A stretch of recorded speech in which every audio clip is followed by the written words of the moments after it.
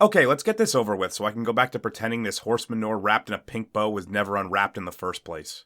If I had to make the choice between watching the Barbie movie one more time or having my balls slowly closed in a vice, kindly point me in the direction of the nearest carpenter and hold my pants, please. I'm not sure there's ever been a worse mashup of unfunny attempts at humor, ham-fisted social commentary, and one-dimensional caricatures of what I believe are supposed to be people. The fact this is being masqueraded as a family-friendly film makes it all the worse. So let me give you the plot synopsis while I can still choke back the bile. Also, I'm going to preface this by saying I would normally painstakingly go through and sync up the clips with what I'm talking about, but since the marketing for this film was mostly a bait and switch, I'll do the best I can. Most of the stuff I'm going to talk about isn't even hinted at in the trailers. So I guess kudos to the advertising department for being able to completely hide their true intentions. So Barbie lives in this feminist pipe dream world where women hold every single position of power and men are only good at beach. No, not beach-related things. Just beach. You heard that correctly. They're not good at anything except a geographic location. I'm not sure if that's even possible. Hell, I'm not even sure if that's within the rules of the English language. But anyway, that's what they do. They beach. They just sit around beaching off all day while the women ignore them. Hey, every guy's been there, okay? Every dude listening has been at a point in life where he just wanted to shut out the world and beach himself. But trust me, that gets boring really quickly. Actually, what the fuck am I even talking about? Anyway, one day stereotypical Barbie begins to display some rather curious anomalies in her daily routine. These range from her feet no longer staying in a permanent high heel position, to development of cellulite, all the way to suicidal thoughts. After seeking the advice of one of the women responsible for the terrible 2016 Ghostbusters reboot, she embarks on an adventure to the real world with Ken. Remember Ken? Don't worry, I wouldn't blame you if you forgot him. It's made very evident that he doesn't matter in Barbie Land anyway. But somehow still means more than Alan, which I didn't even realize was an actual thing. After numerous arrests and multiple attempts at what I believe is situational comedy, Barbie eventually tracks down the people she's looking for, and Ken finds out about the patriarchy. But more on that in a little bit. God damn it again with this shit. Fast forward a bit, and I wish that I could have. Barbie realizes the world sucks, in a parody of the 1950s sort of way, and decides to take her new friends back to Barbie Land, where they'll be appreciated for their brains and abilities and not just looked at as objects. Is anyone besides me seeing how ironic this is? Anybody? Anybody out there? One small problem is that Ken has beat them there, and has created an equally thinly veiled allegory for his new vision. One with a strange obsession with horses. I'm not really sure exactly why, but it had something to do with being a man extension or something. Oh, it's just extension of your penis.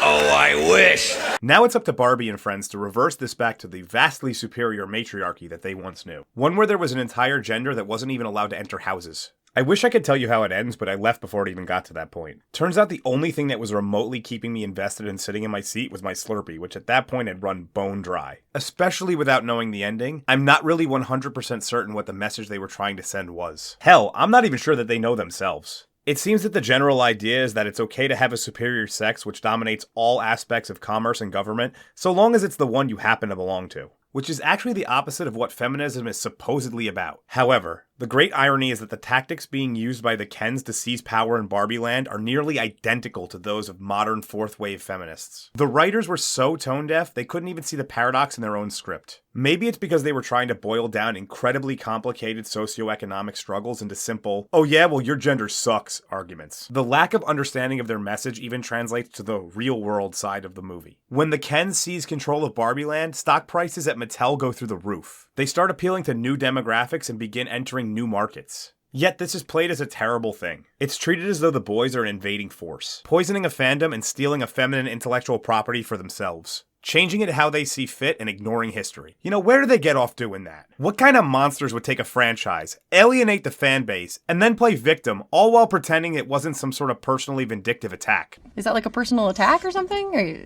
I wish I could give you analysis on the characters and portrayals, but I really can't. Every man is an idiot, and every woman is also an idiot, just a bitchy one. But if there's one standout nuisance, one crowned queen of cringe in this film, it's gotta be Ariana Greenblatt, who's playing Sasha. She represents possibly the worst archetype in all of cinema. The loudmouth, annoying, know-it-all teenager. You've all seen this before. The typical wise beyond her years brat making arguments clearly parroted from somebody else's indoctrination. From the beginning of the film, I didn't think it could get any worse. And then this walking trope waltzed her way onto the screen. She even came pre-programmed with the factory-installed I hate my mother for no apparent reason software.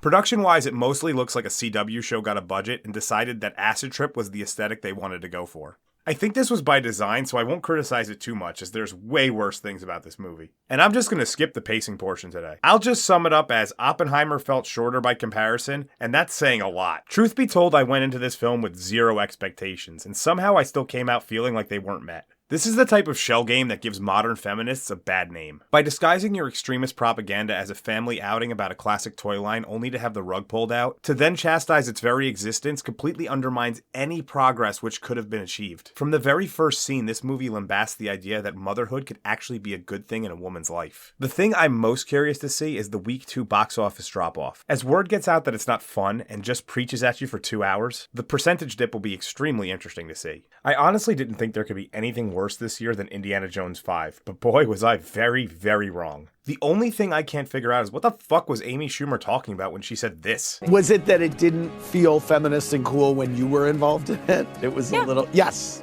right. Gun to my head, if I had to say the worst aspect of this film is that I could actually see that there was some potential here.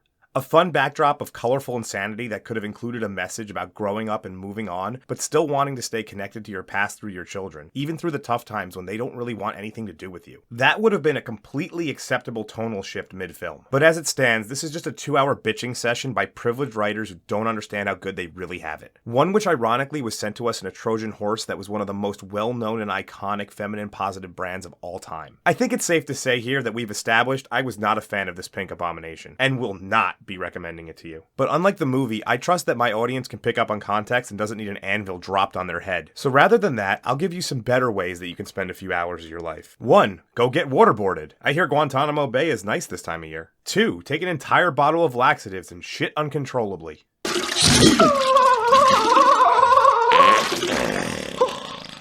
Or 3, and most importantly, just go see Oppenheimer instead. You know, an actual good movie.